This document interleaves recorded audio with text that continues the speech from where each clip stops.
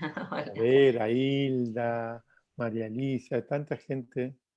Gente querida, seguramente si vas pasando pantallas vas a ver más. ¿Viste? Vas Ah, pasando con, ¿sabés cómo hacer? sí, sí, sí. Bien. Perfecto. Sí. Paula, Germán, un montón de gente. Sí, muchos están sin la cámara por una cuestión de que les es más fácil por ahí. Aparte es mejor para que no cargue tanto, ¿no? Claro, De pero, internet, sí. pero no se vayan todos, porque es lindo ver caras cuando uno está compartiendo Absolutamente, sí. Están los nombres, contenidos así. Gloria, Delfino, un montón de gente conocida, qué lindo. Ahí ya conectamos Facebook, así que también va a haber bastante gente por Facebook. Buenísimo, buenísimo. Yo estaba dando un taller recién e invité a mis alumnos de ese grupo, así que seguramente se están sumando también. Acabamos de cortar por otro canal y ahora están entrando acá, seguramente. Así que vamos a estar nutridos. La Fabi, convocatoria va a ser nutrida. ya hay Sí, 120 en Facebook, así que hay bastante buenísimo. gente. Sí. Buenísimo. Ah, Mirá amigos de que- España también, qué bueno. De California, qué lindo. Es bien multinacional nuestro Sí, encuentro. sí, qué bueno. Un segundito, quiero buscar. Uru- Está fresco de golpe. de Uruguay también, qué bueno. Sí, está bueno los que vayan entrando, que vayan poniendo de dónde son, o incluso los que están acá presentes, si quieren, saben cómo pueden renombrarse, van a los tres puntitos de arriba y ponen su nombre y de dónde son, si quieren. Está bueno saber quiénes están asistiendo de Argentina. Ahí dice Cristi de Bariloche. Cristian Aguilache. Está bueno saber de dónde están viniendo los participantes. Ahí está Celeste de Celeste Salta, Salta, qué bueno la Celeste. San Pedro, Leticia de Buenos Pedro. Aires. Ah, es el apellido, claro. Entusiasmaron con la consigna, Fabiana. Qué bueno. Es que está bueno, es lindo saber Sí, sí, está en qué bueno. compañía estamos, cuán variada es la. Hay alguien levantando la mano. Si podés, fijate, Marina. Luz Maldonado, Uruguay.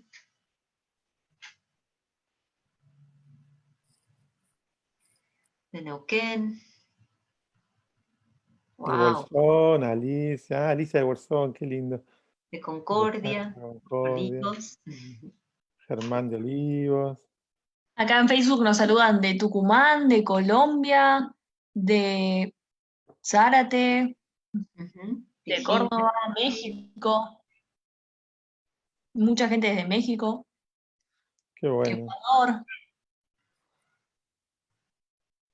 Mandé Buenísimo. amigos también de México la invitación, así que buenísimo que se hayan Ahí te saludó conectado. Virginia Vir, que debe ser Virgao, el de Sí, sí, Operador. sí. Hola Vir, Mar del Plata. Que Bien, hay, ya, al menos acá en el sur hay como 105 personas, qué bárbaro. ¿viste? No Sí, parece, estamos todos así muy, muy tranquilitos acá, pero somos sí, una multitud. Bueno, yo les diría que vayamos arrancando. ¿Te parece, Gus? Ya son las perfecto, sí. 6, ¿sí? Bueno, te presento brevemente, Muy eh, breve, sí, total. muy breve. Los Sí, que quieren Gustavo conocer Ross. buscan por otro lado, así que aprovechemos el tiempo para Bueno, charlar, solamente decir que conversar. dos palabras, decir que Gustavo Rodio es docente, es psicoterapeuta, es especialista en constelaciones y que se ha dedicado mucho a trabajar la temática que vamos a ver hoy, que es el duelo. Así que muy bienvenido y muchas gracias por acompañarnos a este esfuerzo que está haciendo la Fundación Vivir Agradecidos para acompañar a la comunidad en estas temáticas que están tan presentes hoy en día. Gracias. Gracias, Fabiana, gracias a vos, gracias a Vivir Agradecidos, a Lisi, a Virginia, a Carola, a todos los que de alguna manera también hicieron posible que este encuentro se dé. Muchas gracias. Bueno, fantástico. Entonces, si te parece, podemos empezar hablando un poco de qué es un duelo. ¿Te parece contar qué es un duelo? Perfecto. Al menos según mi mirada, para mí un duelo es el proceso que se inicia frente a una pérdida. Ujú. Y por pérdida podemos hablar de muchas cosas. No solamente hablamos de una pérdida en el sentido de una muerte. Hay muchos tipos de pérdidas. Pérdidas del mundo interno, pérdida del mundo externo, pérdidas simbólicas, pérdidas abstractas, pérdidas concretas. Entonces, cuando hablamos de duelo, hablamos de eso, del inicio de un proceso de elaboración frente a una pérdida. Es un camino que el alma inicia y que tiene sus valles, sus ríos, sus montañas, a veces es más llano, a veces es más escarpado, pero también, digamos, un poco, al menos dentro de la teoría del duelo que yo voy construyendo, para mí un duelo es como la adquisición de una nueva identidad. Después de un duelo, uno sale con una nueva identidad o un aspecto nuevo en su identidad, para no decir que cambiamos de identidad, pero hay una identidad, un aspecto de la identidad que es nuevo en uno. Claro. ¿Y vos suscribís a la idea de que hay como determinadas etapas de un duelo, como las que durante una época se mencionaban tanto, las de Kubler-Ross, ¿no? Las 5 etapas? ¿Hay un derrotero previsible de un duelo? ¿O cada duelo es único? Yo creo que cada duelo es único y al mismo tiempo hay cosas que son universales. Me parece que como no, lo que Kubler-Ross investigó ya por los años 60, me parece que todavía sigue vigente. Lo importante es saber que ese camino no es lineal. Para mí no hay nada en la dimensión del alma humana que sea lineal. Eh, pero sí hay etapas y las etapas pueden ser digamos, espiralada, se puede ir, se puede volver, se puede empezar. Yo, digamos, cuando hablamos de duelo no coincido tanto en la idea de que la elaboración de un duelo es lineal, es decir, bueno, 1 año, 2 años, no sé, el shock es la primera vez y después de 6 meses no tiene que haber más shock, tiene que haber otras cosas.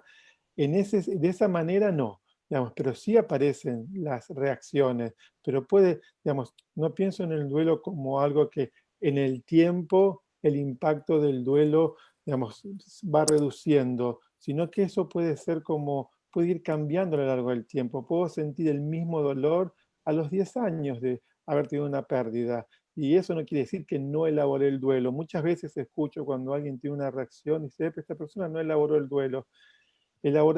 Para mí, pensar en elaborar un duelo tiene que ver con la capacidad de aceptación que tuve de esa pérdida y no tiene nada que ver con los sentimientos que puedo tener en relación a esa pérdida, porque puedo tener sentimientos muy profundos, digamos, frente a un aniversario, frente a algo que me lo evoca. No sé, hoy es el día de la liberación en Italia, el 25 de abril, ¿no? Entonces me evocó muchas cosas de mis ancestros y lo que significó esa lucha, la salida de la guerra. Entonces, para mí, digamos, tuve un impacto nuevamente emocional que no tiene que ver con que no elaboré el duelo, sino que algo se volvió a activar y tuvo una curva, duró 5 o 10 minutos, tuvo su expresión emocional y se cerró. Entonces, duelo no quiere decir que uno no pueda volver a tener vivencias emocionales después de un periodo del tiempo. Creo que el duelo nos confronta con la dimensión más humana de la existencia humana. Claro. Y en ese sentido, ¿qué sería un duelo no elaborado? Un duelo no aceptado. Yo creo que con los duelos no elaborados tienen que ver cuando algo no se puede aceptar o cuando ese proceso de elaboración queda detenido. Como un intento, cuando un duelo se detiene, es un intento de evitar lo inevitable, que lo que sucedió no haya sucedido en el contexto de nuestra mente o nuestra conciencia. Entonces, a eso me refiero cuando un duelo queda o detenido o queda congelado, ¿no? En la psicología se pueden hablar de duelos congelados o duelos traumáticos. Y bueno, a veces en este momento, en esta situación, si algunas personas tienen duelos congelados o duelos que quedaron ahí detenidos, ahora estamos en una situación muy particular, porque ahora todos estamos atravesando un trauma colectivo, desde muchos lugares, desde muertes colectivas, desde la restricción de ciertas posibilidades. Entonces, tener una muerte de alguien querido en este momento puede evocar quizás otras situaciones de duelo que quizás estuvieron congeladas o quedaron fragmentadas en el rompecabezas de uno. Eso en Claro. un nivel personal.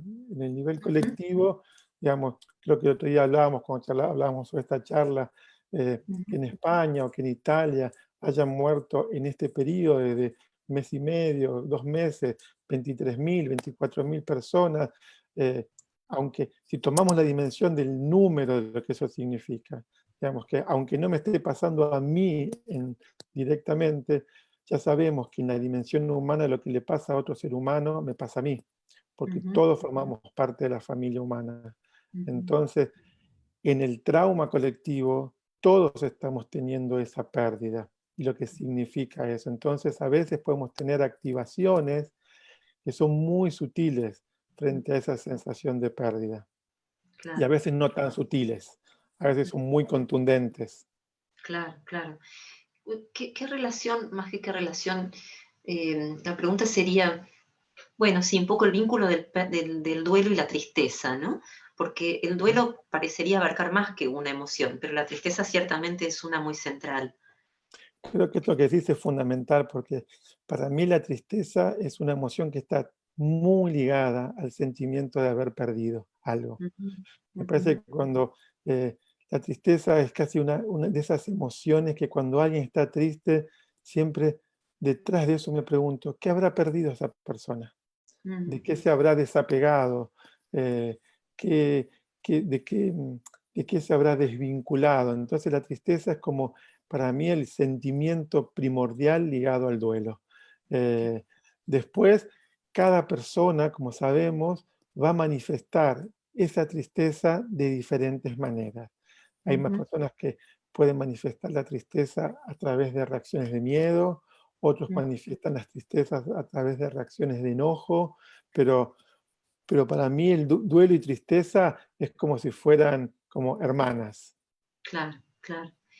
Em, la tristeza a veces genera como un poco de rechazo, de miedo, porque se la asocia, me parece que erróneamente, con la depresión. Me gustaría preguntarte cómo podrías señalar vos la diferencia entre la tristeza y la depresión. Bueno, yo creo que si lo pensamos desde el punto de vista clínico, la depresión es un cuadro clínico, digamos. Comúnmente llamamos depresión a lo que no es una depresión, porque una depresión es un cuadro clínico con determinadas características, con determinadas cuestiones, parámetros que se deben cumplir y formas de poder ser como abordada. Ujú. Eh, y que afecta distintas áreas, digamos, no es solamente el área emocional. La depresión toca otras áreas. La depresión es esencial, tiene otros factores. Claro. Me parece que la tristeza es una respuesta emocional con componentes somáticos, que por eso se la Ujú. confunde quizás con la depresión. Quizás la tristeza está más ligada a la angustia, ¿no? Porque la Ujú. tristeza se siente en el cuerpo. Eh, es como Claro, cuando uno ve a alguien y dice, mira esta persona, qué cuerpo triste tiene. Es como si la tristeza trasvasa como la emocionalidad y se puede ver en el cuerpo. claro, La depresión no necesariamente, hay depresiones ansiosas donde uno podría decir, esta persona no está deprimida y quizás tiene una depresión de características ansiosas donde no hay ninguno de esos rasgos. Entonces, claro. depresión es una categoría clínica, Sí, tristeza es un rasgo emocional. claro, entiendo. Lo mencionaba también porque a veces cuando las personas le parecieran tenerle como un poco de miedo a contactar con la tristeza, es Ujú. como si la fantasía fuera que la tristeza me va a tomar y me voy a deprimir, ¿no? Como si no Exacto. voy a poder salir. ¿Qué sensación tenés vos que trabajás tan cercanamente con el duelo? ¿Qué pasa si me entrego a sentir mi tristeza? ¿Hay riesgo en eso? Bueno, definitivamente, desde mi mirada, no hay ningún riesgo en sentir las dimensiones emocionales que existen en el ser humano. Ujú. Eh, para eso las tenemos, son formas de metabolizar, son formas de expresar. Entonces, digamos, no creo que en la creación del ser humano haya algo riesgoso en conectarse con eso. Hay Ujú. como un mito, no, no te pongas triste, porque si te pones triste no vas a salir. Eh, Desde mi mirada, lo que hay que hacer es aumentar el contenedor. Es como cuanto más aumentamos nuestro contenedor, le vamos a hacer lugar a nuestro mundo emocional. Y la tristeza tiene que tener su lugar, porque la tristeza es como, no sé, es como el momento del invierno del alma. En el invierno no hay brotes, no hay flores, no hay frutos, hay un recogimiento muy profundo. Entonces muchas veces, digamos, las personas en duelo tienen ese nivel de tristeza, por eso a veces a otros les cuesta mucho acompañar el duelo, porque tienen como si algo se contagiara, como si algo quedara, como vos dijiste, si algo te tomara, pero acompañar la tristeza de un ser humano en un duelo es como acompañar el invierno, con la esperanza de que la primavera llega. Pero muchas veces me pasó acompañar a alguien, quizás durante un año entero, llorar, llorar, llorar, y estar ahí en presencia, casi sin palabras, en presencia, diciendo, acá estoy, esto también va a pasar y acá estamos. Entonces, pero es cierto que hacer contacto con la tristeza para los que estamos acompañando, para la familia, lo que genera muchas veces en el otro es sentimientos de impotencia, porque entonces, porque cuando alguien siente a alguien triste, lo primero que le propone son acciones, y quien Sí. está triste no quiere acciones, Mm. necesita presencia, no acciones. Entonces, por eso a veces es tan difícil acompañar ese tiempo, porque en general cuando pensamos en acompañar, pensamos en distraer, crear acciones, que la persona se entretenga, que pueden ser recursos válidos, pero hay que saber, hay que tener como un contacto muy, muy sutil con el alma de quien está en duelo, porque muchas veces proponemos cosas, pero no hay espacio para eso. Es un tiempo de restauración, y cuando uno se está restaurando, no hay espacio para accionar otras cosas. Es como en un postquirúrgico. En un postquirúrgico necesitas hacer reposo, algo para que tu cuerpo se restablezca. El duelo es como algo parecido a nivel del alma, a nivel del mundo emocional. Depende el vínculo, el apego que tengas con lo que perdiste, ya sea una idea, una ilusión, una persona, tu ser amado, necesitas como rearmar ese rompecabezas. Entonces no tenés resto ni emocional, ni afectivo, ni cognitivo para acciones. Claro, claro, o para salir forzosamente de esa emoción, Exacto, claro. es como acompañar hasta que el brote se asoma. Bueno, Claro. cuando el brote se asoma, vas acompañando hacia donde el brote va yendo, ¿no? Es como ser ese sol que le va dando a esa semilla la posibilidad a que brote. Por eso acompañar un duelo de alguna manera es como ser, no sé, un foco de esperanza, y quizás no hay resto para muchas palabras, pero eso se Claro. irradia, eso está, no sé, el alma humana se expresa a través de muchas formas, no solo de la palabra. También se Claro, expresa claro, en el silencio. claro, claro. Lo cual no significa que durante un duelo conviva esa tristeza con otras emociones, con alegría, Absoluta- ¿no? Con todo lo demás. Absolutamente. Absolutamente. Tiene que ver como en lo que llamamos, a veces hay que ayudar a como hacer ese como reajuste cognitivo, porque a veces tenemos creencias, que si estoy triste no puedo estar alegre, que si estoy triste no puedo. Y las emociones pueden coexistir. Eh, digamos, creo que un ser humano es mucho más grande e íntero cuando pueden coexistir sus contradicciones, y también en el mundo emocional. Puedo estar triste y también estar feliz. Puedo estar feliz, puedo estar triste y puedo también estar enojado. No, creo que si le damos hacia cada una de esas emociones, damos su lugar, se van a poder expresar. Claro. ¿Tiene un fin el duelo en tu mirada? ¿Se termina algún día? Para mí el proceso de elaboración tiene un fin, y para mí el umbral del fin tiene que ver con como cuando algo adentro es, cuando uno adentro de uno dice, sí, asiento a lo que fue, como fue. Es como la aceptación más profunda, eh, que no tiene nada que ver con tener o no tener respuestas emocionales posterior a eso, pero es Claro. como decir, sí, no sé, es como cuando una vez que yo ya perdí a mi padre y a mi madre, los dos ya se fueron de este mundo, y nadie nunca más me va a llamar hijo. Eso pues hablo de una nueva identidad. Mi identidad como hijo no existe más. Ujú. Entonces esa identidad ya cumplió su ciclo. Entonces hay otras identidades. Y pues cuando digo sí, ya no voy a ser más hijo. No soy más hijo en esta dimensión. Entonces cuando algo así ahí se construye como una identidad nueva, con un asentimiento profundo, para mí eso es como el fin del duelo. Que no es el fin del dolor necesariamente, que puede aparecer. Absolutamente no. Claro, Como para claro. mí el fin del duelo tiene que ver con dejar de querer que eso Ujú. no haya pasado. Claro, claro, claro. Parecido al concepto del perdón en un punto, ¿no? Está muy ligado, Mm, porque sí, para poder entrar en el perdón hay que entrar en la dimensión profunda de la aceptación. claro, claro. No querer que algo sea distinto, Mm, sino expandir algo en la conciencia, en el corazón, en el alma, para decir, así fue. Y ahí ujú, uno puede hacerle lugar a la reconciliación. claro, claro. ¿Te parece, Gustavo, que hablemos un poco de los duelos que que estamos viviendo todos hoy en día, atravesados por esta situación del coronavirus, de la crisis, de la cuarentena? Sé que Ujú. estás muy cerca, que estás acompañando a gente con duelos cercanos digamos, concretamente vinculados a muertes, pero también hay otros tipos de duelos. Un poco lo mencionaste cuando dijiste como el duelo de la autonomía, ¿no? Esto de no poder hacer lo que quiero. Por ahí podés contar un poco de esto. Sí, yo creo que, digamos, al menos como cuando pensamos en duelos, también hay que pensar como en varios niveles.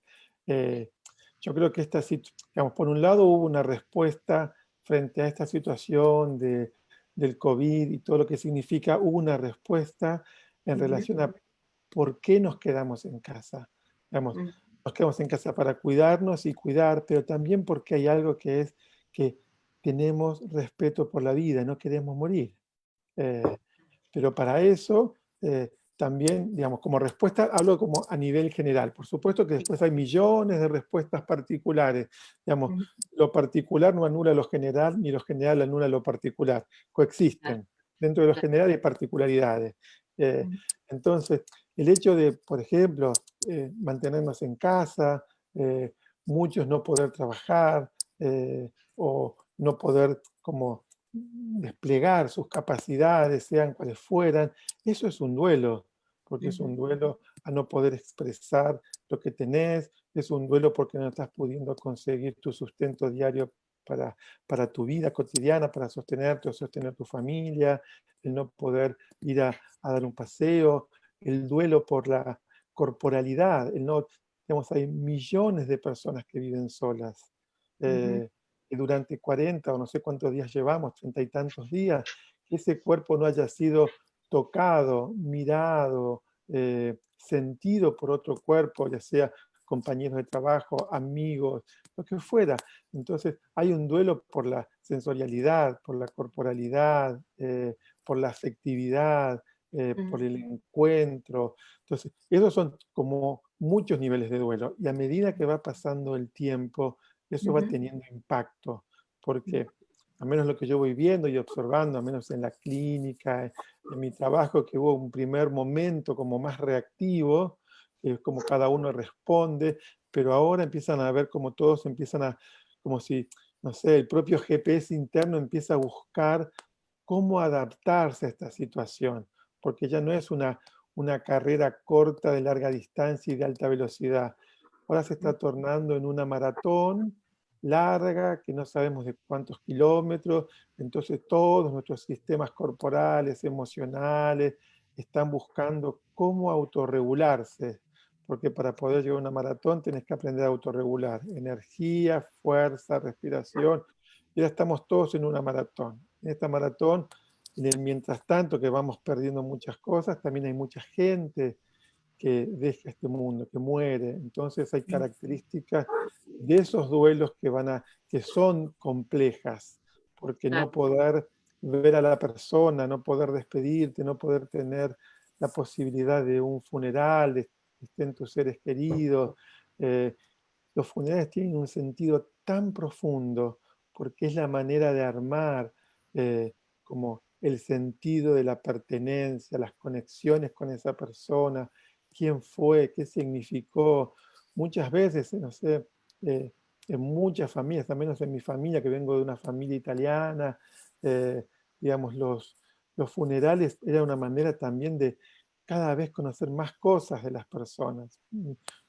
Mi padre falleció cuando yo era muy joven, tenía 12 años, pero mi madre, que yo era un adulto, digamos, había muchas cosas del mundo de mi madre, de sus amigas, de sus relaciones, que yo no estaba en esa cotidianeidad. Sin embargo, en su funeral es como si yo, no sé, es como si hubiese recuperado o conocido aspectos de ella a través de sus amigas, cosas que yo desconocía. Entonces, a veces un funeral te agranda la experiencia de alguien. Entonces, que ahora no tengamos la posibilidad de un funeral, digamos, la cultura de la posmodernidad hace también que los funerales cada vez sean menores, más cortos, y todo está entendido en esa dimensión del tiempo vertiginoso, pero también eso nos quita posibilidades. Entonces las personas que pierden seres queridos en este contexto también tienen como ciertas características que hay que poder ayudar, porque al menos desde mi mirada lo que no se puede hacer en la realidad concreta, física, hay que hacerlo en la realidad simbólica. Claro, claro. Entonces hay que crear simbolismos, rituales, para aunque yo no pueda estar, que pueda estar de alguna manera. Si, no sé, si un amigo pierde un ser querido y no puedo estar ahí para abrazarlo, tengo que crear simbolismos para estar, crear red. Entonces, por eso digo, como estar aislados no significa estar desconectados. Es cuanto más conectados tenemos que estar. Y en un duelo también pasa que una persona en duelo a veces no tiene resto para conectarse con muchas cosas, pero eso no impide que yo siga estando, yo puedo estar presente sin esperar que el otro me responda. El acto de la presencia pura no espera una respuesta, está ahí. Entonces, en este contexto hay muchas situaciones muy complejas, desde carencias concretas de necesidades básicas de no tener quizás para el alimento, a que, digamos, que son duelos que generan mucha impotencia por situaciones que quizás no terminás de comprender, Sí. por qué tenés que estar tan restringido y a la vez respetas eso y a la vez eso te pone en una situación como de un ataque inescapable porque no puedes hacer nada.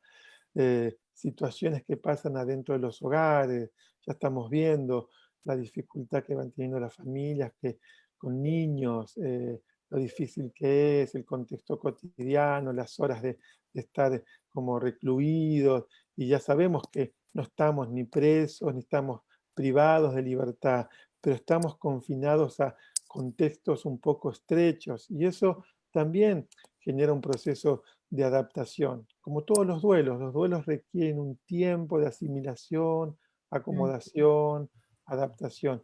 Y ahora estamos todos viendo cómo nos autorregulamos en nuevas adaptaciones. Estamos viendo, bueno, ¿cuándo termina? ¿No? Muchas veces escucho tantas frases de las personas en duelo, me quisiera dormir y despertarme cuando todo esto ya pasó.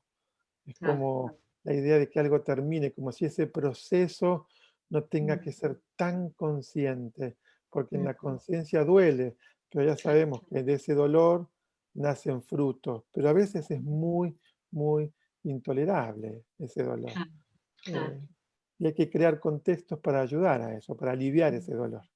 Claro, claro. Seguramente ya estén apareciendo nuevos ritos, a lo mejor todavía no están circulando tanto, pero y cuando no están creándose hay que ayudar a crearlos, ¿no? Pero quería Absoluto. preguntar, sí, no, decime. No, no, sí, dijiste, afirmaba lo que decías. Ok, no, quería preguntarte también por los duelos temporarios que estamos viviendo. Por ejemplo, la de los abuelas que no están pudiendo conectarse con sus nietos y los nietos con sus abuelas, y a veces por padres separados, también padres con hijos, ¿no? Esos también son duelos a pesar de ser temporarios, ¿no? ¿Cómo sentís que se atraviesan duelos así? Es un poco, digamos, está dentro de la misma línea de lo que te venía diciendo. Tienen que ver como hay duelos como justamente duelos por las posibilidades, Ujú, digamos. En este caso, creo que vos nombrás, son duelos por las posibilidades de las conexiones, de que la afectividad circule, digamos, lo que significa para los abuelos la presencia de sus nietos o a veces de sus hijos, que también, que quizás llegan y dejan las cosas del supermercado en la puerta y por temor a ver si, no sé, no quiero generar ninguna situación de ser yo portador de algo. Entonces, todo eso, digamos, genera mucha desestabilización. Entonces, yo creo, y esa desestabilización genera mucha incertidumbre. La pregunta es, ¿hasta cuándo? ¿Hasta cuándo Claro. va a ser esto? Entonces, digamos, creo que el desafío es ver, nos podemos autoestabilizar, nos podemos encontrar una autorregulación sin tener dimensión de hasta cuándo. Entonces es como, y ahí creo que hay que ayudarnos y volver, no sé, a la sabiduría de los programas de 12 pasos, de todos los grupos de autoayuda. Bueno, solo por hoy. Hoy estamos acá y hoy estamos creando, así, no sé, como vivir agradecidos. Día a día hay una posibilidad, una charla, una manera de estar presente, de crear conciencia, de estar juntos, de acompañarnos, solo por hoy. Claro. Digamos, yo recuerdo a mi abuela que pasó las guerras, entonces me decía, yo miraba el cielo y decía, ¿cuándo van a dejar de pasar aviones? No había televisión, internet, nada. ¿Cómo se iban a enterar que terminaba la guerra? Cuando dejaban de pasar los aviones por el cielo y años, ¿no? Y acá estamos todos nosotros, muchos descendientes de ellos, y pasó y estamos y seguimos creando conciencia para que, no sé, para que la dimensión humana cada vez sea, no sé, más sagradamente humana. Claro, claro. ¿Cuál te parece que es el rol o la importancia de emociones que hoy parecen por ahí poco apropiadas y sin embargo son tan necesarias, son como alimento para el alma, como la alegría, el entusiasmo? ¿Te parece que hay lugar para cultivar momentos de alegría aún en estas circunstancias? Un poco, digamos, tomando las enseñanzas de Brother David, que es como el mentor de vivir agradecido, yo Ujú, creo que antes de la alegría y antes del entusiasmo, yo me pondría como el suelo básico de todo, el agradecimiento. ujú, El vivir agradecidos, como de ujú, qué estoy agradecido hoy. Y como decía Brother David, no es porque porque soy feliz que puedo agradecer, sino que en la medida que voy agradeciendo, me voy tornando cada vez más feliz. Entonces, ujú, si cada uno puede mirar por qué está agradecido, creo que ujú, eso es como el terreno básico donde empezar a sembrar la alegría, el entusiasmo, también el dolor por lo que no puede ser, pero también, no ujú, sé, la alegría de encontrarnos en un grupo, aunque sea por Zoom, y para ujú. comer juntos, cosas que, no sé, que si hace 3 meses nos proponíamos eso, parecía una locura, y hoy se transformó en una posibilidad. Eh, Claro. Nuestros ancestros no tenían esas posibilidades. Me acuerdo mi abuela decía, yo tenía a mi hermana a 10 kilómetros y no podía ir a verla, porque no podíamos caminar 10 kilómetros como antes, porque corríamos riesgo de que cayera una bomba. Nosotros tenemos muchas posibilidades, estamos en nuestras casas o donde sea, los que tenemos la posibilidad de tener un hogar, una casa donde estar, y tenemos muchas cosas que hacen nuestra vida, no sé, digna de ser agradecida. Y de ahí darle lugar, digamos, que estemos tristes o preocupados o comprometidos con, no sé, con la situación que estamos viviendo, que realmente es muy, no sé, profunda, es un desafío muy grande para todos. También hay lugar para la alegría, claro, como no. Ujú. Eh, Claro, me para la preguntaba. esperanza, ¿no? La Esperanza, esperanza. claro, la esperanza o incluso la posibilidad de celebrar lo celebrable. Por ejemplo, bueno, este encuentro, como decíamos, pero si uno, por ejemplo, siente ganas de ponerse música y bailar, como muchos estamos haciéndolo en este momento, recurriendo a cocinar un pan, bailar sola, bailar con una amiga por Zoom, me pregunto si esto nos genera como culpa, ¿no? Tener un momento de distensión y de alegría compartida, de celebrar la vida aún en estas circunstancias. Mira, yo creo que ahora que si vos traes la palabra culpa, no, si la culpa es lo que te inhibe Ujú, desplegar, no sé, la magnificencia de tu ser, quiere ujú, decir que no estás en relación con los hechos, estás en relación con vos misma. La mm, culpa, al menos para mi visión, la culpa no te pone en relación con otros, te pone en relación con tus propias ideas, con tus propios límites. Entonces, si hay culpa, no te estás relacionando con los otros, sino hay o responsabilidad, o hay compromiso, o hay reparación, hay millones de otras posibilidades, pero si vos, como decía Mandela, digamos, Mandela tenía como un texto muy lindo, ¿no? Que ser luminosos no puede darnos culpa. Desplegar nuestras posibilidades nos puede darnos culpa. Eso es la esencia de nuestro ser. Entonces, es como, aún en los momentos más difíciles, no sé, celebrar, cantar, agradecer, son situaciones muy, muy, no sé, de autosostén. Digamos, si yo por culpa no hago algo, me tengo que preguntar Claro. si en verdad estoy en relación con lo que digo que estoy en relación, o estoy solo en relación con mis propios autorreproches, que son más cuestiones puramente mías.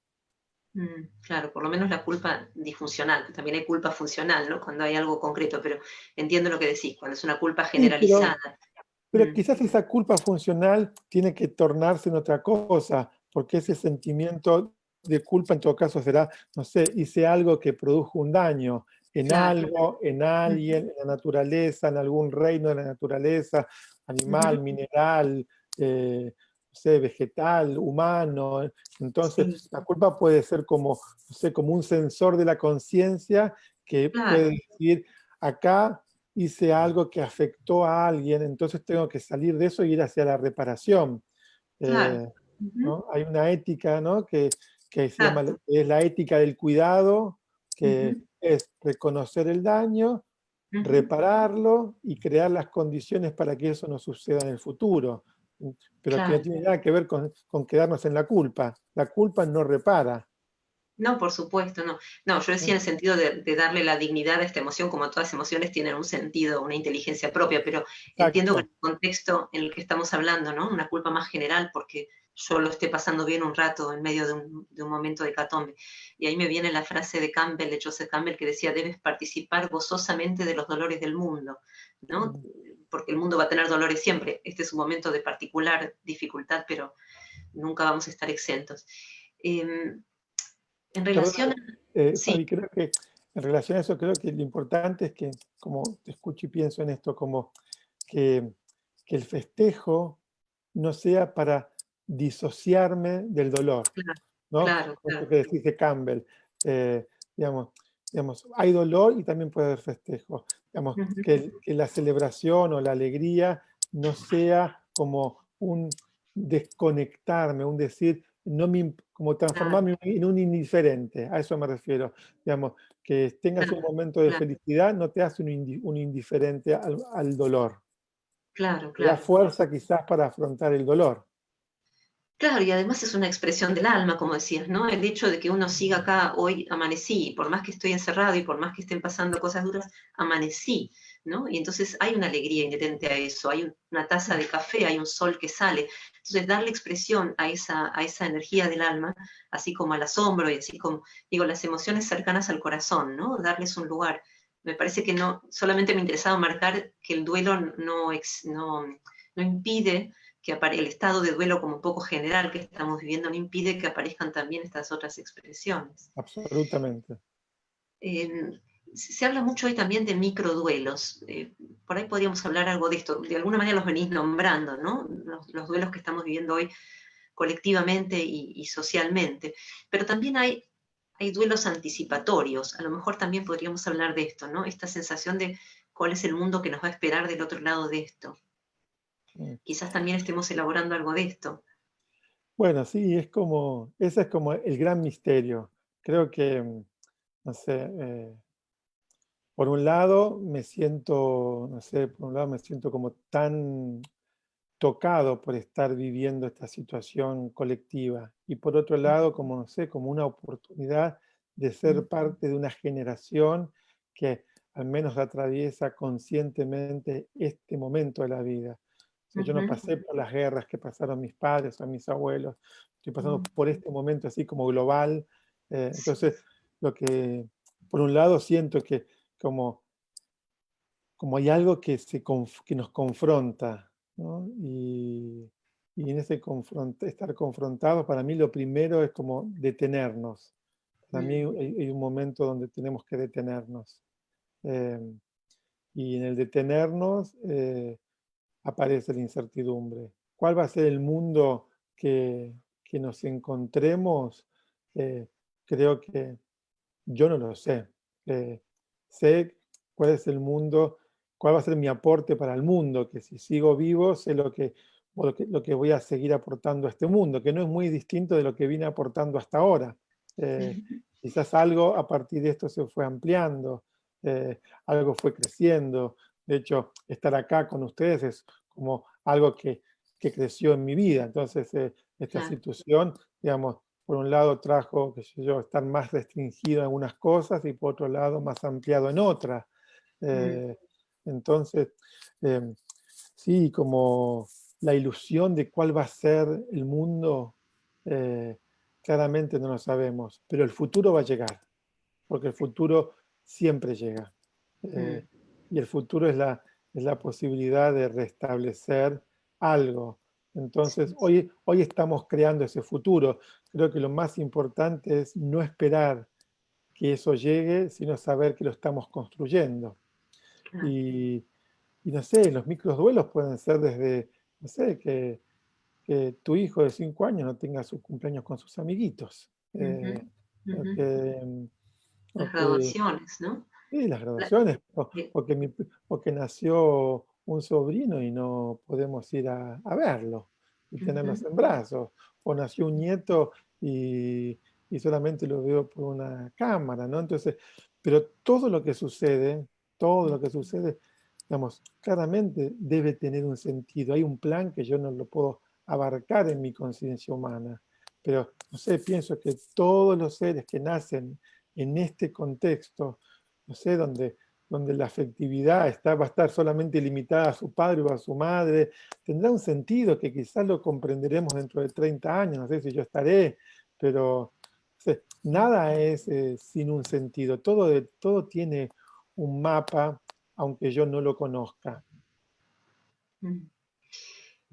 Me pregunto también si esto que estamos viviendo, que apareció de una manera bastante repentina, no sé cuánto tardó fue como, por lo menos mi vivencia fue que fue un anuncio tras otro y de golpe estábamos todos encerrados, si no tendrá también como características de estos duelos abruptos, ¿no? A diferencia de un duelo donde una persona se enferma y está mucho tiempo, se parece más a un duelo de un accidente, ¿no? Donde no hubo ni tiempo de procesar, como que estamos procesando. Absolutamente. ¿Tenés esa misma sensación?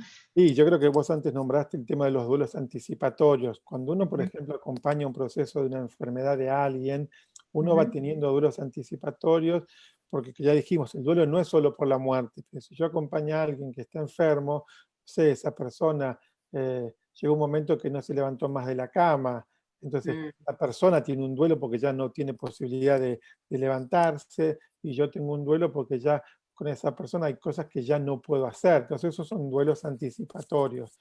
claro, Esto que estamos viviendo tiene las características, yo le llamaría de lo que la conjunción entre duelo y trauma. claro, Eh, claro. Duelo porque, traumático. exacto, por lo repentino, digamos, Ujú, en verdad estamos frente a una situación traumática, que es traumático, sí. repentina, intensa y encima, digamos, llamaría un duelo traumático y colectivo, porque es Ujú, individual y colectivo. Entonces es un duelo que es intenso, ujú, digamos, es repentinamente abrupto, con mm, consecuencias muy importantes y que ujú, tocan núcleos fundamentales, que es la instancia de la supervivencia. claro, Entonces, claro. tiene características de trauma. Ujú, Entonces, en esa característica, cuando una pérdida, digamos, en este caso que es la pérdida de la autonomía, el temor a enfermarnos, el temor a morir, el temor a contagiar a otros, ujú, sucede de esa manera tan repentina, eso genera respuestas muy, digamos, desde las más básicas, que son nuestro mm, instinto básico, que va a ser, va a atacar o va a huir frente a estas cosas, que es una amenaza. Pero en este caso, sí, digamos, vamos a tener los intentos, pero después no vamos a poder hacer mucho con eso. Entonces, digamos, o nos congelamos, que es como si no saber qué hacer, o vamos a encontrar ujú, respuestas adaptativas. Entonces, en este contexto, justamente como hay una vivencia como de características traumáticas por la intensidad, por lo repentino, por las consecuencias, es importante, como decía antes, ampliar algo de nuestro propio contenedor, ¿no? El contenedor que, ¿dónde pongo lo que siento? Tengo que hacer crecer algo en mi conciencia, en mi fisiología, en mis, no sé, en mi marco de creencias, salir de la idea de amenaza. Nos tenemos que ayudar a salir de la idea de amenaza, porque eso, digamos, amplifica las huellas del trauma individual y colectivo. Tenemos Claro. que construir más red de sostén y lo que diríamos como hay como una, no sé, como una teología que se llama la teología de la ternura. Es como sostén y ternura, sostén y ternura. Vamos, para que la dimensión de trauma se alivie, digamos. No es lo mismo un trauma vivido a solas que vivido en red. Claro. Digamos, esto que se dice, no, mal de mucho, consuelo de pocos, no es tan así. Digamos, si hay mal de muchos, pero hay red de muchos más, eso se procesa de una manera distinta. Claro, claro. Y esto de generar contención y un contenedor mayor también tiene que ver con los ritos que ya mencionaste. Me preguntaba si te parece que el hecho de que cada uno vaya creándose ritos que sean orgánicos para sí mismo, ¿no? Ritos cotidianos, compartidos o no, que le den un poco de raíz al momento y que conecten con una dimensión un poco más amplia, más espiritual, también puede ser una buena práctica, ¿no? Para estos momentos. Absolutamente, digamos, puede haber como muchas posibilidades. Si pensamos en términos, no sé, en este tiempo ya tuve 4 personas cercanas que han perdido familiares muy directos, algunos estando acá y otros estando en el exterior, que no han podido formar parte ni de los rituales directos, que me refiero a padre, madre, hijos o esposa, muy directos. Entonces, en estas personas, un poco lo que fuimos trabajando y ayudando dentro de la posibilidad que aún en la distancia puedan hacer su rito de despedida. Claro. Y un rito de despedida, en este caso en relación a una muerte, para mí tiene que tener como hacer 3 cosas básicas. Lo primero es el reconocimiento de todo lo que uno recibió de ese ser humano. Es como si donde sea que estés, le decís a ese ser humano, papá, mamá, hermano, no sé quién fuera, Juan, María, gracias por todo lo que recibí y lo enumerás. Sí, lo segundo es alentar a esa persona en su camino hacia donde sigue, donde sea que vaya su espíritu, alentarlo, que si le tocó partir en estas condiciones, que no se retenga, que siga, que su espíritu sabe más por qué es en este momento y de esta forma. Y para mí, por tercero, es que de todo eso va a ser abono para mi propia vida, para que mi vida sea cada vez más fértil.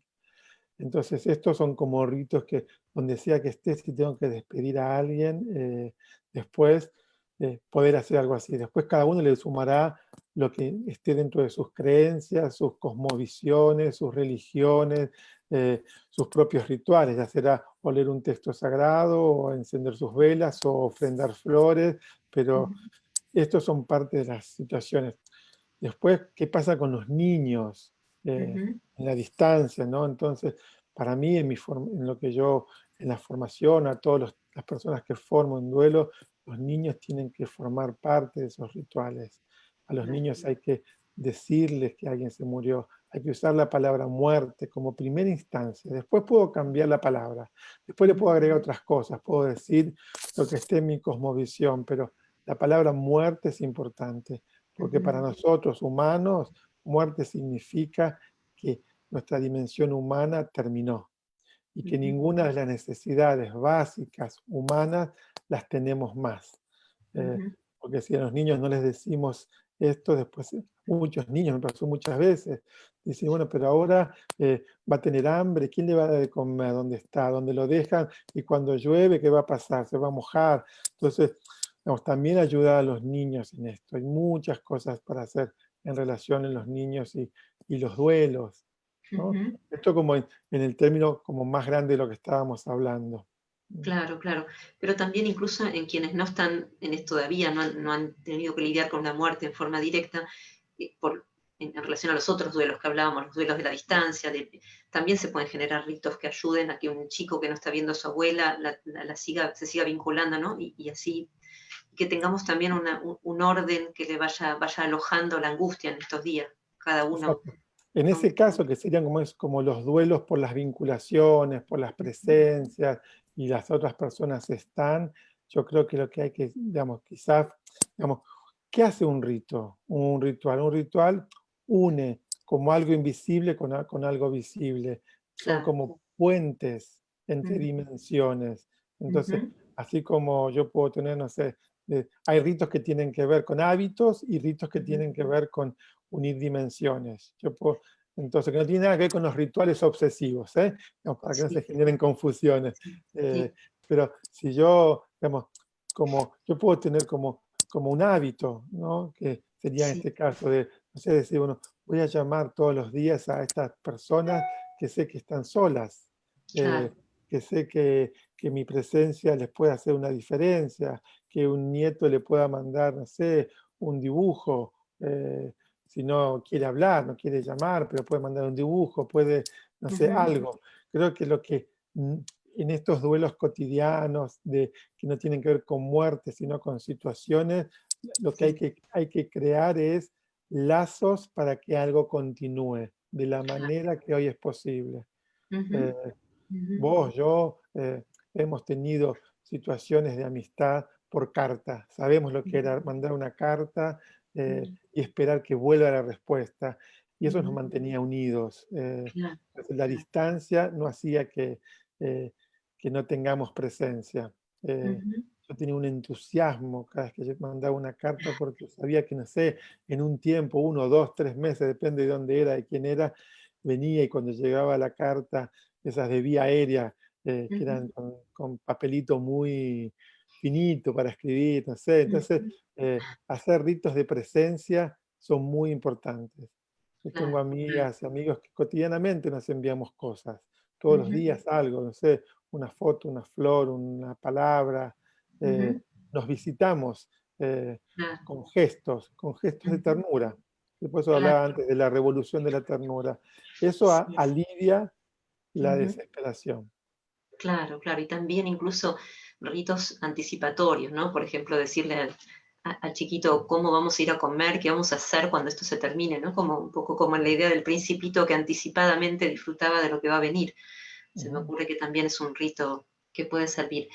Te voy a hacer una última pregunta, porque sé que estamos llegando a la hora y por ahí damos tiempo a que pregunten los demás. Y tiene que ver con esto que decís, la ternura. Y yo lo pensaba en términos también de autocompasión, en el sentido de que si bien racionalmente los adultos al menos podemos entender lo que está pasando y la necesidad de quedarnos en casa y de mantenernos dentro de ciertas normas, algo en el alma y en el cuerpo se revela un poco contra esto que está pasando, ¿no? ¿Por qué no puedo ir a ver a tal persona? Entonces me preguntaba qué importancia podía tener en este momento la autocompasión para alojar ese lugar tiernito de cada uno que no está, que le resulta más difícil acceder a todo lo que estamos teniendo que vivir hoy, que se revela un poco contra lo que está viviendo. Sí, bueno, creo que eso toca puntos muy personales, ¿no? De cada persona, cómo cada uno vive las restricciones, cómo cada uno vive los límites, cómo cada Claro, uno acepta, por, ¿no?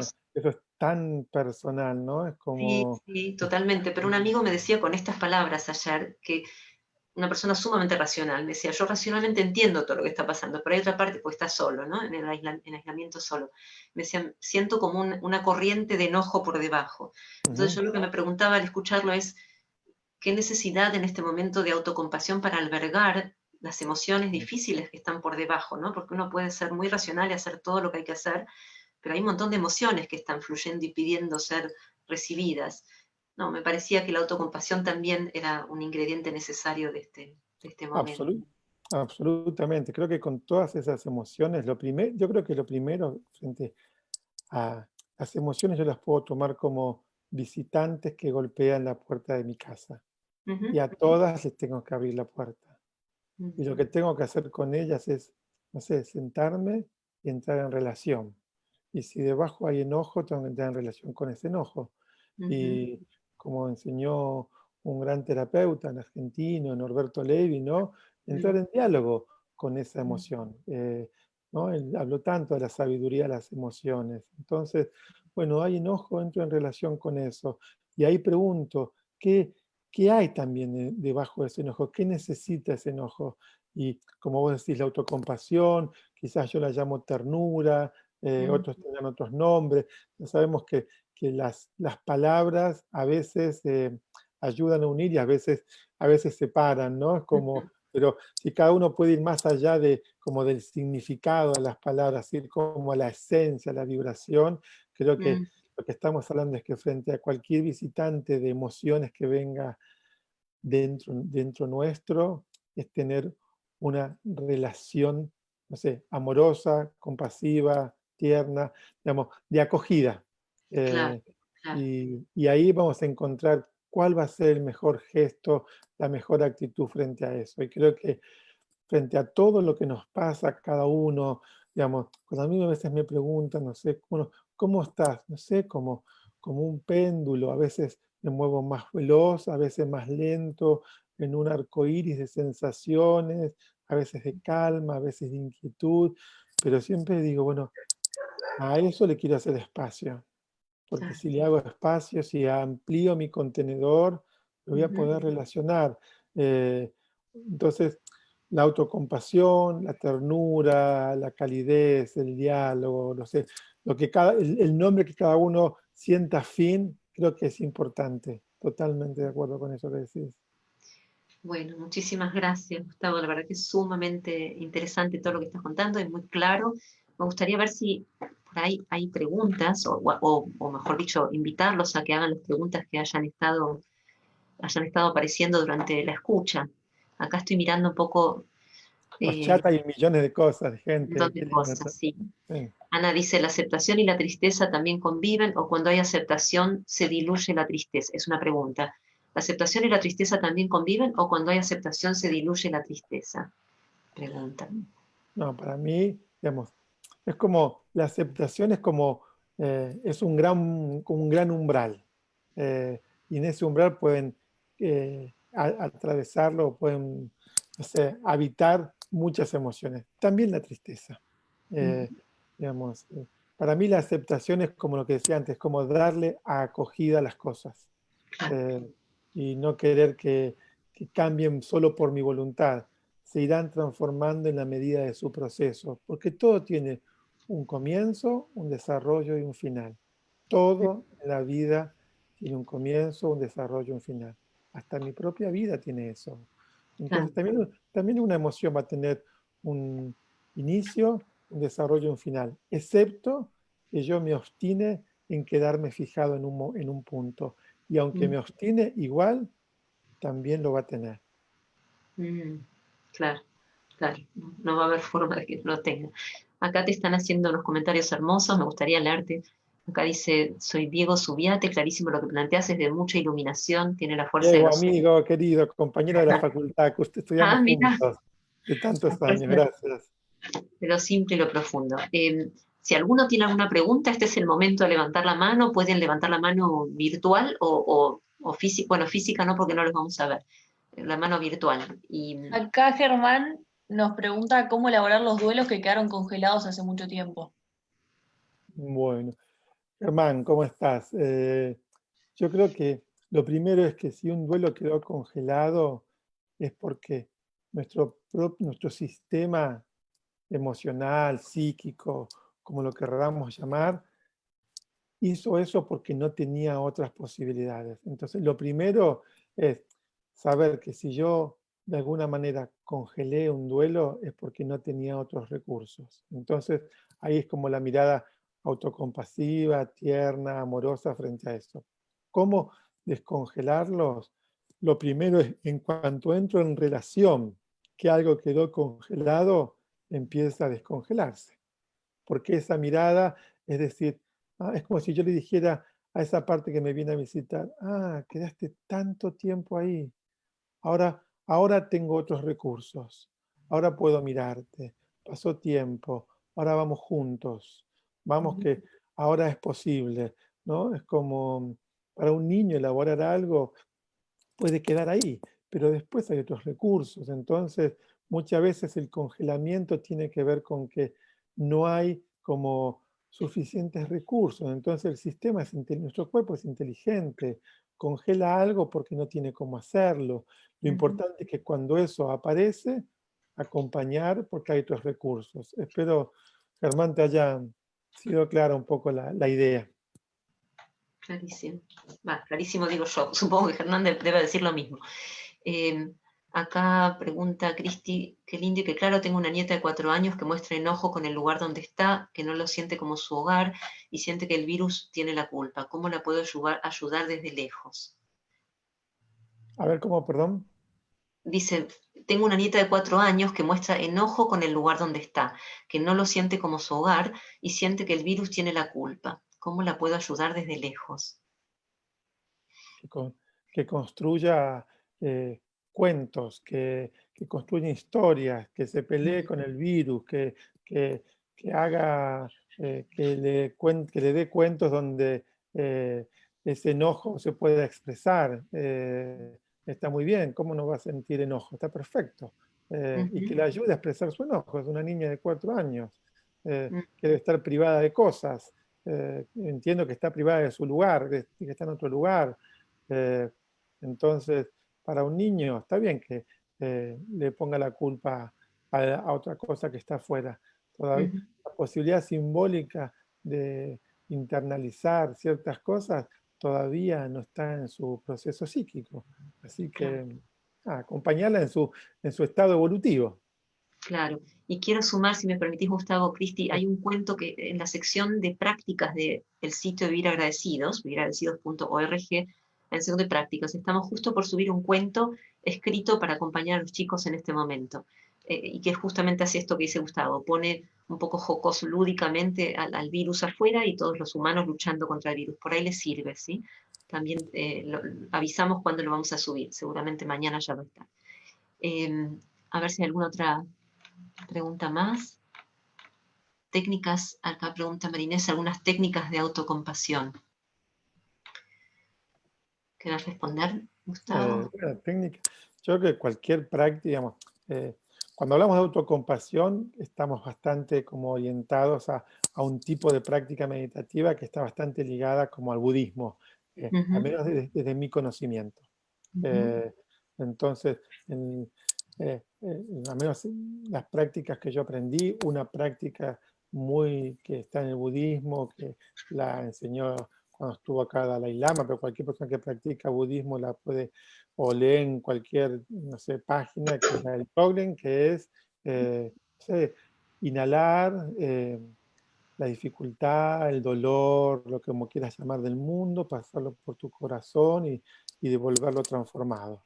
Es como una práctica muy sencilla, muy profunda, que es una práctica, no sé, muy, para mí es muy profunda, es un regalo, hay muchas prácticas. En términos de la muerte está la práctica del Powa, también que está en el libro tibetano de la vida y de la muerte. Perdón, estoy viendo que hay varias preguntas más que no las habías visto. A ver si podemos hacerle lugar a algunas más. Eduardo dice, dirijo una empresa y tengo que tomar decisiones de quién sigue y quién no, siento culpa. Y sí, entonces, lo importante, Eduardo, que cómo haces el camino entre la culpa y es que ese proceso de decisión se transforme en un diálogo. Digamos, tu decisión va a tener un impacto para los otros y para vos. Entonces, que la culpa se transforme en un reconocimiento de que no podés con toda la situación. Y claramente eso es una situación muy difícil que tenés que asumir. Pero si te quedás con el problema es si te quedás con la culpa, que la culpa va a buscar autocastigo. Entonces, mucha culpa sobre el propio cuerpo es un riesgo de autocastigo, porque la atención de la culpa necesita autocastigo como una manera de aliviarse. Entonces es importante que la culpa se vaya transformando en reconocimiento de cuál es tu límite, cuáles son tus posibilidades, cómo transmitís esos límites, en entender que esto afecta a otros, entrar en ese diálogo con esos otros, de que vos entendés eso y que así como vos no podés resolver todas las cosas, saber que esas consecuencias va a afectar a otros. Pero si te quedás en la culpa, hay un riesgo de que te autocastigues por eso. Entonces yo pasaría de un poquito de la culpa a la toma de conciencia de cuáles son los límites y qué se puede y qué no se puede en ese proceso. Claro, acá Silvina Acá, dice, bueno, dale Luz, dale lugar a alguien de Facebook. acá Natalia desde Facebook nos pregunta cómo elaborar duelos perinatales en esta pandemia con el miedo de que nunca me llamen mamá.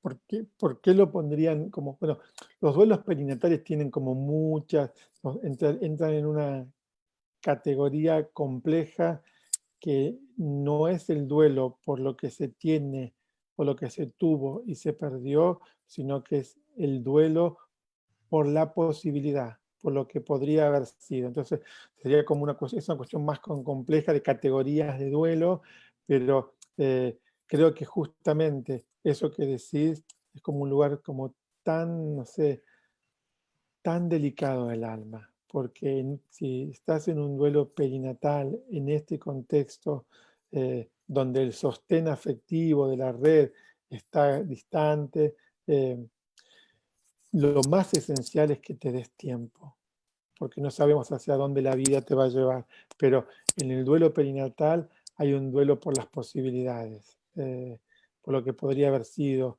como por todo lo que podría haber sido y no fue ni va a ser. Entonces eso necesita un sostén muy, muy especial. Casi diría que eso lo puedas poner en circulación en una conversación, que no quede solo adentro tuyo. Así como haces esta pregunta, que lo puedas poner en conversación con otros, que te ayuden en ese proceso. ¿Te parece, Gustavo? ¿Te puedo hacer 2 preguntas Sí, más? ¿Sí? sí, claro, sí, sí. Bueno, acá Belén pregunta, ¿y cómo darse cuenta si estamos congelando para poder evitarlo? El congelamiento no es una cuestión que sea, digamos, acá hay dos palabras. Si yo estoy congelando o congelado, no es que puedo evitar, porque evitar sería una cuestión futura. Si quiero evitar, estoy pensando en dimensión de futuro. Si estoy congelado, estoy hablando de algo del pasado que está en el presente. Entonces, estamos juntando dos variables de tiempo. Entonces, para saber si estoy congelado, digamos, un indicador de algún congelamiento es cuando algo en mí está como muy fijado, cuando algo en mí tiene como si fuera un instrumento que tiene poco arco de sonido. Entonces, esos son indicadores de congelamiento, que pueden manifestarse en el cuerpo, en la conducta, en mis vivencias emocionales. Eso es por un lado, pensar lo que está congelado en términos de pasado que se presenta hoy en el presente. En términos de cómo evitar el congelamiento, digamos, para evitar el congelamiento lo que tenemos que tener es ampliar nuestra capacidad de recursos. Cuanto más lugar tengo, cuanto más contenedor tengo, posiblemente me congele menos. Digamos, uno se congela con aquello con lo cual no puede. Y hay muchas cosas que no podemos, pero si tengo recursos, si tengo posibilidades, es como decir, si yo empiezo a tener una dimensión de que no me tengo que defender de la muerte, porque la muerte es algo que me va a llegar, posiblemente frente a una posibilidad de muerte, tengo una primera reacción de congelamiento, como una cuestión de supervivencia que está en mí, pero después voy a tener recursos que van a estar en mi conciencia de que, bueno, si es mi hora está bien, entonces me voy a congelar menos. Entonces, para no congelarse hay que crecer interiormente. Cuanto más grande estás en tu conciencia, en tu alma, en tu dimensión, posiblemente tengas menos congelamiento. Bien. Lorena dice, ¿cómo hacer para continuar transitando un duelo anterior a esta situación de la pandemia y que todo lo que está sucediendo no nos afecte más? Lo primero es saber que es imposible que algo no te afecte más. Volvemos como a esa dimensión, es como decir, a veces uno no quiere, entonces dice, no quiero que me afecte más nada porque no tengo más resto. Entonces, bueno, entonces uno dice, no tengo más resto, perfecto. Pero es importante, si uno se encuentra diciendo que hay algo que no quiere, que por ahí va a tener más dificultado el camino. Eh, digamos, cuanto más digo, bueno, lo que entonces en vez de decir no quiero, puedo decir cómo puedo ampliar mi capacidad para afrontar esto, que es distinto a decir no quiero esto. Es como decir, si esto me sucede, obvio que digo no quiero, porque es la primera reacción, y después puedo decir, bueno, no sé, con quien sea que uno se relacione, no sé, yo puedo decir, Dios mío, dame, no sé, la posibilidad, la fuerza para ampliar mi conocimiento, mi fortaleza espiritual, para saber cómo afrontar esto.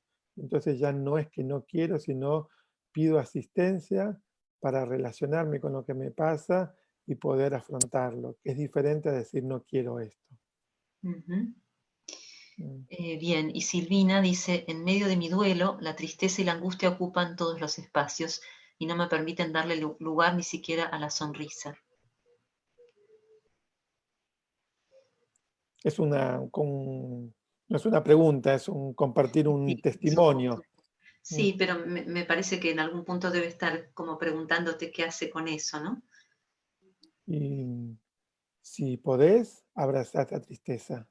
Eh, Va a llegar a su momento donde le va a dar lugar a otras posibilidades.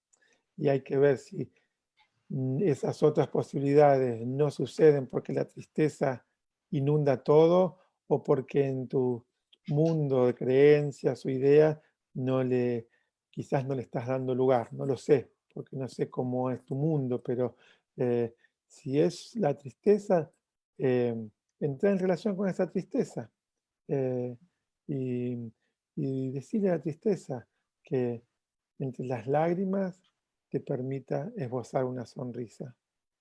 Mm. Y quizás puedas estar triste y de tanto en tanto sonreír.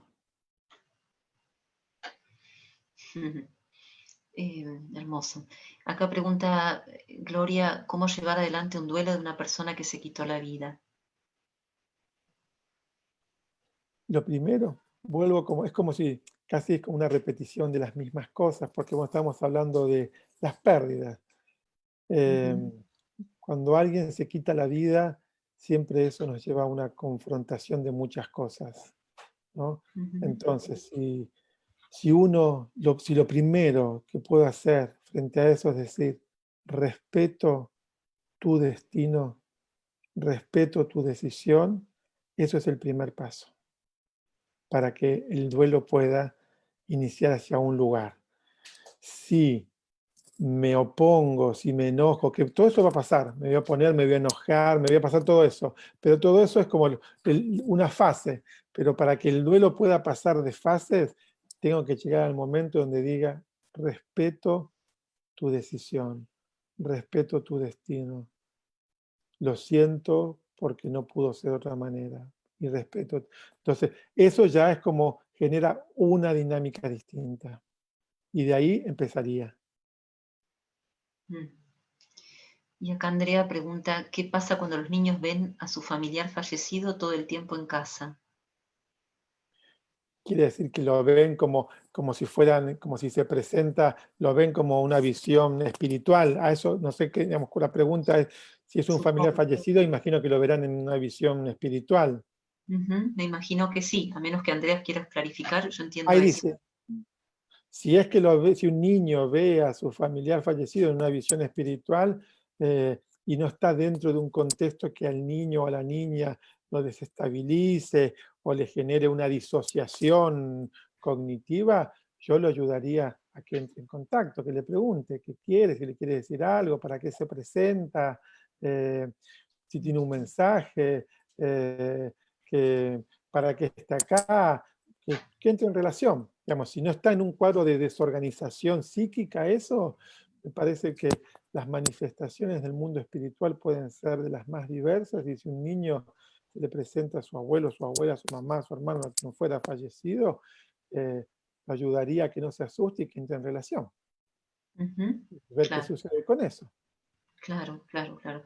Acá pregunta también María Eugenia, ¿puede pasar que un duelo sea por sentimientos adoptados de ancestros por guerra mundial?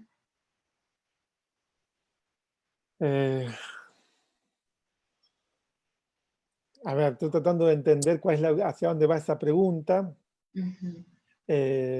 Supongo que se refiere a que evoca, ¿no? Que evoca Sí, entiendo, porque la idea de sentimientos adoptados, imagino que es alguien que tiene una formación dentro de la línea hellingeriana, que es quien habla de sentimientos adoptados.